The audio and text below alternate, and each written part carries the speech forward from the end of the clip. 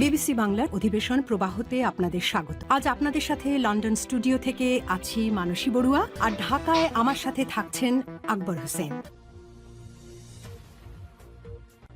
বাংলাদেশের সর্বশেষ গুরুত্বপূর্ণ আপডেট সংবাদে আপনাকে স্বাগত। শুরুতেই সংবাদ শিরোনাম, পরে বিস্তারিত।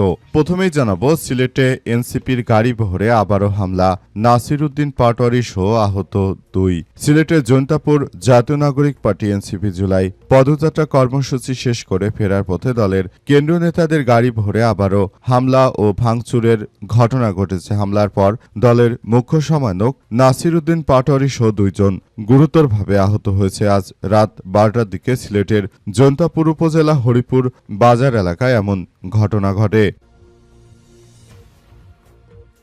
এবারে জানাবো, কিশোর গ্যাং দমনে খেলাধুলার বিকল্প নেই, সংসদে বললেন মিলন। সঠিক যত্ন ও পরিচর্যা নিশ্চিত করা গেলে কিশোর গ্যাংয়ের সদস্যরা অপরাধ প্রবণতা থেকে বেরিয়ে এসে দেশের সেবায় বড় সম্পদে পরিণত হতে পারে বলে মন্তব্য করেছেন ঢাকা 12 আসনের জামাতের সংসদ সদস্য সাইফুল আলম খান মিলন।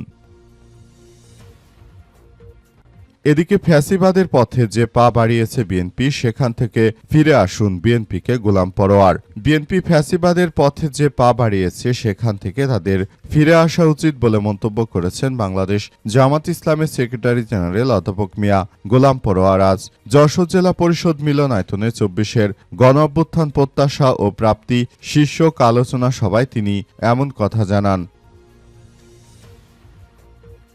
এরপর জানাবো, নাহিদ ইসলাম বললেন, গ্যাসের দাম বাড়ালে আমরা পেট্রোবাংলা ঘেরাও করব। জাতীয় নাগরিক পার্টি এনসিপির আহ্বায়ক নাহিদ ইসলাম জানিয়েছেন, সরকার যদি মনে করে এভাবে 5 বছর অতিক্রম করবে, এই সুযোগ তারা পাবে না। দেশের পরিস্থিতি খুবই খারাপ। মাত্র 5 মাসে প্রতিটি জ্বালানির দাম অন্তত 4 বার বাড়িয়েছে। দেশের 70% মানুষের রায় অস্বীকার করে সরকার ক্ষমতায় টিকতে পারবে না। আমরা পেট্রোবাংলা ঘেরাও করব খুব শীঘ্রই। এবং সর্বশেষ জানাবো, আলজেরিয়ায় বাস খাদে পড়ে প্রাণ গেল 27 জনের, বহু হতাহতের আশঙ্কা। আলজেরিয়ায় বারমুদেস প্রদেশে একটি যাত্রীবাহী বাস উল্টে যাওয়ার ঘটনায় অন্তত 27 জন নিহত হয়েছে। একই সঙ্গে আহত হয়েছে অন্তত 39 জন। এই তথ্য নিশ্চিত করেছে দেশটির স্বাস্থ্যমন্ত্রী মোহাম্মদ সেলিম আইদ মোসাউদেনে। প্রিয় দর্শক, এতক্ষণ শুনছিলেন সংবাদ শিরোনাম, এবারে বিস্তারিত। তবে তার আগে বন্ধুরা, অনুরোধ থাকবে এই সংবাদটিতে একটি লাইক দিন। এই চ্যানেলে আপনি নতুন হয়ে থাকলে আমাদের সংবাদটি দেখতে দেখতে চ্যানেলটি সাবস্ক্রাইব করে রাখুন। কমেন্ট করে বন্ধুরা আপনার মূল্যবান মতামত জানিয়ে দিন আপনি বিশ্বের কোন দেশ থেকে বা বাংলাদেশের কোন স্থান থেকে আমাদের সংবাদটি দেখছেন এবং শুনছেন। আর বন্ধুরা, আজকের সংবাদ সম্পর্কে আপনার মূল্যবান মতামত কমেন্ট বক্সে কমেন্ট করে পুরো বিশ্ববাসীকে আমাদের এই তাজা আপডেটটি দেখার সুযোগ করে দিন। এবারে বিস্তারিত। ফ্যাসিবাদের পথে যে পা বাড়িয়েছে সেখান থেকে ফিরে আসুন বিএনপিকে গোলাম পরোয়ার। বিএনপি ফ্যাসিবাদের পথে পা বাড়িয়েছে, তাদেরকে সেখান থেকে ফিরে আসার জন্য উদাত্ত আহ্বান জানিয়েছে বাংলাদেশ জামাতে ইসলামের সেক্রেটারি জেনারেল অধ্যাপক মিয়া গোলাম পরোয়ার। তিনি বলেছেন যে বিএনপি কিন্তু আওয়ামী লীগের মতো ফ্যাসিস্ট হতে পারবে না। তাদের কিন্তু আওয়ামী লীগের মতো এত জনসমর্থন নেই। সুতরাং তারা যেভাবে এখন ফ্যাসিবাদের দিকে এগিয়ে যাচ্ছে, তাদেরকে অবশ্যই ফেরত আসতে হবে। তারা যদি এটা করতে না পারে, ভবিষ্যতে তাদের আরও এক ভয়াবহ বিপর্যয়কর পরিস্থিতির মধ্যে পড়তে হবে। সুতরাং তাদেরকে এখনই ফেরত আসতে হবে বলে জানানো হয়েছে। সরকারের পক্ষ থেকে আরও বলা হয়েছে যে দেশটাকে যে অরাজক পরিস্থিতির মধ্যে ঠেলে দিয়েছে, সেখান থেকে রাষ্ট্র কাঠামোকে অবশ্যই ফেরত নিয়ে আসতে হবে। যদি তারা এটি করতে না পারে, ভবিষ্যতে আরও এক ভয়াবহ বিপর্যয়কর পরিস্থিতির সৃষ্টি হবে, যেখান থেকে আসলে আমাদেরকে বেরিয়ে আসা খুব কঠিন হয়ে যাবে। আমরা পুরো রাষ্ট্র কাঠামোকে একটি সুন্দর ও সমৃদ্ধির একটি ভালো অবস্থানে নিয়ে যেতে চাই বলে উল্লেখ করা হয়েছে। তাই দেশটাকে আমরা এক ভয়াবহ বিপর্যয়কর পরিস্থিতির মধ্যে ঠেলে দিতে পারি না। তাই যে কোনো মূল্যে আমরা এই সন্ত্রাসী কার্যক্রমগুলোকে আসলে এগিয়ে নিতে পারবো না বলে উল্লেখ করা হয়েছে। বিএনপিকে যথাযথভাবে তাদের এই সন্ত্রাসী কার্যক্রম অবশ্যই থামিয়ে দিতে হবে বলে এমন কথা উল্লেখ করা হয়েছে। গ্যাসের দাম বাড়ালে আমরা পেট্রোবাংলা ঘেরাও করব বললেন নাহিদ ইসলাম।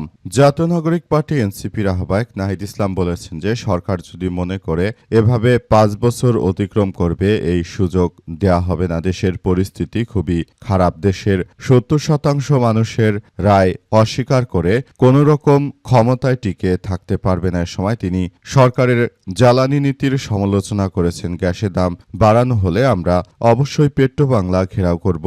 ঢাকা শহরের মানুষও দ্রব্যমূল্য এবং জ্বালানি মূল্যবৃদ্ধির বিরুদ্ধে রাস্তায় নেমে আসবে বলে উল্লেখ করেছেন তিনি। আজ রাতে আহত আলিফ চৌধুরীকে দেখতে রাজধানীর জাতীয় চক্ষু বিজ্ঞান ইনস্টিটিউট ও হাসপাতালে গিয়ে সাংবাদিকদের তিনি এমন কথা জানিয়েছেন। নাহিদ ইসলাম বলেন যে হবিগঞ্জে হামলার শিকার কিশোর আলিফের একটি চোখের দৃষ্টি সম্পূর্ণ নষ্ট হয়ে গেছে এবং অন্য চোখও ঝুঁকির মধ্যে রয়েছে।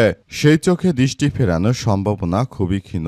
অন্য চোখও কতটা ক্ষতিগ্রস্ত হতে পারে তা এখনো নিশ্চিত করে বলতে পারছে না চিকিৎসকরা। চিকিৎসকদের বোর্ড সভার পর আলিফের শারীরিক অবস্থা সম্পর্কে আরও বিস্তারিত জানা যাবে। তিনি আরও বলেন, আমি সিলেট থেকে এসেছি। গত কয়েকদিনে সিলেটে কি ঘটেছে তা সবাই জানে, কিন্তু দিন হয়ে গেল সরকারের পক্ষ থেকে আলিফের খোঁজ নেওয়া হয়নি। সরকারি বাহিনীর হামলার শিকার হয়েছে এটি ভিডিও ফুটেজে স্পষ্ট।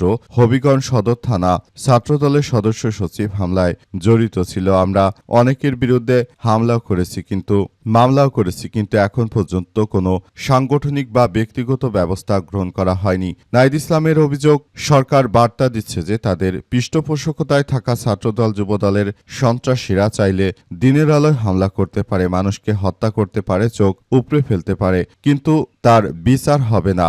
আমরা যখন এই ঘটনার প্রতিবাদ কর্মসূচি দিচ্ছি তখন সরকারি দল বাধা দিচ্ছে। হবিগঞ্জে আমরা দেখেছি দেশীয় অস্ত্রশস্ত্র নিয়ে প্রায় ১,০০০ সন্ত্রাসী জড়ো হয়েছিল। পুলিশ কিছুই করেনি। একটি সভ্য সমাজে এটা কল্পনা করা যায় না। কিশোর গ্যাং দমনে খেলাধুলার কোনো বিকল্প নেই বললেন সংসদ সদস্য মিলন। জামাতের সংসদ সদস্য, ঢাকা কারণবাজার আসনে সংসদ সদস্য জাতীয় সংসদে জানিয়েছেন যে খেলাধুলা ছাড়া কোনো বিকল্প হতে পারে না। যদি খেলাধুলার যথাযথ পরিবেশ নিশ্চিত করা যায় তাহলে এই কিশোর গ্যাং গড়ে উঠবে না। তারা আসলে খেলাধুলার অভাবদের কারণেই মূলত এই কার্যক্রমের দিকে তারা এগিয়ে যাচ্ছে। অবস্থায় নতুন করে বাংলাদেশটাকে একটি সমৃদ্ধির, একটি ইতিহাসের দিকে এগিয়ে যেতে হবে বলে উল্লেখ করা হয়েছে। দেশটাকে সুন্দর ও সমৃদ্ধির একটি রাষ্ট্র কাঠামোতে গড়ে তোলার মধ্য দিয়ে আমাদের সবাইকে আরও বেশি এগিয়ে যেতে হবে বলে জানিয়েছেন তিনি আরও জানান, আমরা বাংলাদেশটাকে একটি সমৃদ্ধির এবং একটি শান্তিপূর্ণ রাষ্ট্রে পরিণত করতে বদ্ধপরিকর। বর্তমান সময়ে আমরা সেদিকে এগিয়ে যাচ্ছি। তিনি আরও জানান, দেশটাকে সুন্দরভাবে গড়ে তোলার মধ্য দিয়ে আমাদের সবাইকে এগিয়ে আসতে হবে। দেশের অভ্যন্তরে যে চাঁদাবাজি, রাহাজানি, সন্ত্রাসী কার্যক্রম শুরু হয়েছে, এজন্য বর্তমান সরকার কোনোভাবে আসলে দায়িত্ব এড়িয়ে যেতে পারবে না। আমরা দেখতে পাচ্ছি যে কিভাবে তারা অসংখ্য মানুষকে হত্যাযজ্ঞের মধ্য দিয়ে একটি ত্রাসের রাজত্ব আবারও কায়েম করতে চাইছে। এদের বিরুদ্ধে সবাইকে এখনই আরও বেশি সজাগ থাকতে হবে বলে জানান তিনি এবং নতুন করে একটি সমৃদ্ধির রাষ্ট্র কাঠামো গড়ে তোলার মধ্য দিয়ে সবাইকে এগিয়ে আসার ব্যাপারে উল্লেখ করা হয়েছে। সিলেটে এনসিপির গাড়ি ভরে আবারও হামলা, নাসিরুদ্দিন পাটোয়ারি সহ নিহত ২। সিলেটের জৈন্তাপুর জাতীয় নাগরিক পার্টি এনসিপি জুলাই পদযাত্রা কর্মসূচি শেষে ফেরার পথে দলের কেন্দ্র নেতাদের গাড়ি ভরে আবারও হামলা ও ভাঙচুরের ঘটনা ঘটেছে। হামলায় দলের মুখ্য সমন্বয়ক মোহাম্মদ নাসিরুদ্দিন পাটোয়ারি সহ অন্তত ২ জন গুরুতরভাবে আহত হয়েছে বলে জানা গেছে। রাত ১২টার দিকে সিলেটের জৈন্তাপুর উপজেলার হরিপুর বাজার এলাকায় এমন ঘটনা ঘটে। বহরের গাড়িতে থাকা এনসিপির সহযোগী সংগঠন ছাত্রশক্তির সিলেট মহানগর এর আহ্বায়ক জুবায়ের আহমেদ এই তথ্য নিশ্চিত করেছেন। তিনি বলেন, জৈন্তাপুরের পথসভা শেষে কেন্দ্রীয় নেতাদের গাড়িভর হরিপুর বাজার পার হয়ে চিকনাগুল পৌঁছানোর আগে ৪০ থেকে ৫০ জনের একটি সন্ত্রাসী গ্রুপ এনসিপির বহরে চলন্ত গাড়িতে ইটপাটকেল নিক্ষেপ করে। এতে গাড়ির গ্লাস ভেঙে নাসিরুদ্দিন পাটোয়ারি ও রেদওয়ান আহত হয়েছে। তাদের প্রাথমিক চিকিৎসা দেওয়া হয়েছে। আহত হলেন নাসিরুদ্দিন পাটোয়ারি। ফেসবুক পোস্টেও হামলা হয়েছে বলে জানিয়েছেন তিনি। তবে তাদের শারীরিক অবস্থার বিস্তারিত তথ্য এখনো জানা যায়নি। এ ব্যাপারে যোগাযোগ করা হলে জৈন্তাপুর মডেল থানার ওসি গোলাম দস্তগীর আহমেদ জানান যে ঘটনার কোনো সত্যতা নেই। এটা যারা বলছে তারা সত্য বলেনি। নাসিরউদ্দিন পাটোয়ারি তিনি পুরোপুরি তার গাড়িতে হামলার বিষয়টি ভিডিওতে দেখিয়েছেন, অথচ দালাল পুলিশ এখন বলছে যে তিনি নাকি আহত হননি। কত বড় নিকৃষ্ট! আবার এই পুলিশগুলো আবার দালালিতে সর্বোচ্চ পর্যায়ে চলে গেছে। এদের বিরুদ্ধে আবারও নাসিরউদ্দিন পাটোয়ারিদের রাস্তায় নামা ছাড়া কোনো বিকল্প পথ দেখা যাচ্ছে না।